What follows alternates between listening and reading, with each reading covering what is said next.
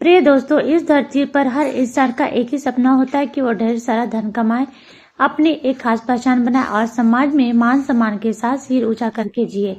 यही तो असली जीवन का सुख है। इसलिए आज मैं आपके लिए लेकर आई हूँ भगवान श्री कृष्ण द्वारा बताए गए 7 अनमोल सूत्र, जो अगर आप अपने जीवन में अपना लिए तो समाज में आपकी इज्जत और प्रतिष्ठा दिन दुनी रात चौगुनी बढ़ जाएगी। ये बातें न केवल आपके व्यक्तित्व को निखारेगी बल्कि आपको एक बेहतर इंसान भी बनाएगी। मेरे प्रिय मित्रों, इन अनमोल बातों को ध्यान से सुनिए और अपने जीवन में उतारिए। मैं दिल से आग्रह करती हूँ कि इस जानकारियों को अपने दिल से जोड़िए। अगर आपको यह बात पसंद आए तो कृपया इस वीडियो को एक प्यारा सा लाइक जरूर करें और कमेंट में जय माँ लक्ष्मी लिखकर आशीर्वाद प्राप्त करें। तो चलिए बिना देर किए जानते हैं वो 7 अनमोल बातें जो आपकी जिंदगी बदल सकती है। नंबर 1, जब दर्द, क्रोध या दुख होता है तो यह अपने भीतर देखने का समय है, आपके आसपास नहीं।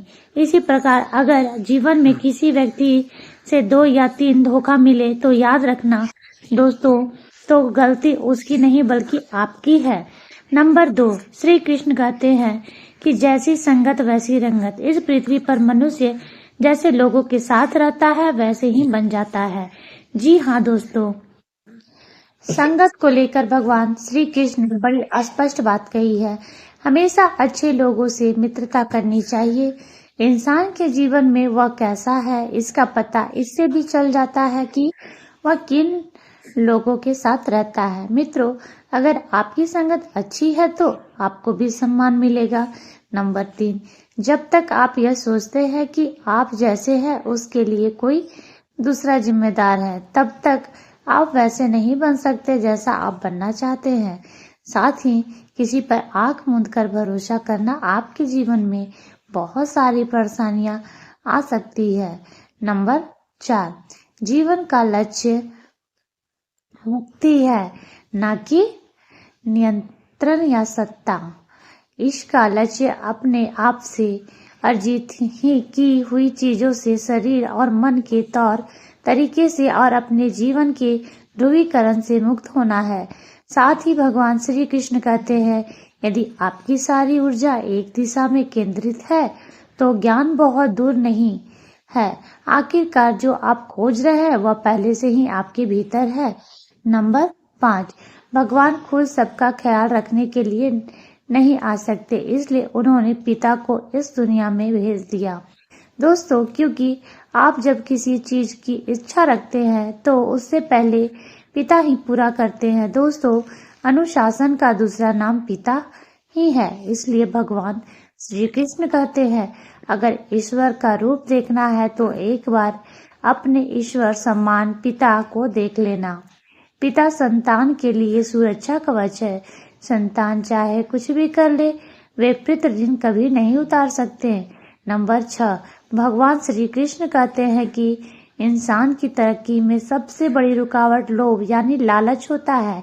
जब कोई व्यक्ति लालच के जाल में फंस जाता है तो उसकी जिंदगी से सुख, चैन और शांति मानो रेत की तरह फिसल जाती है।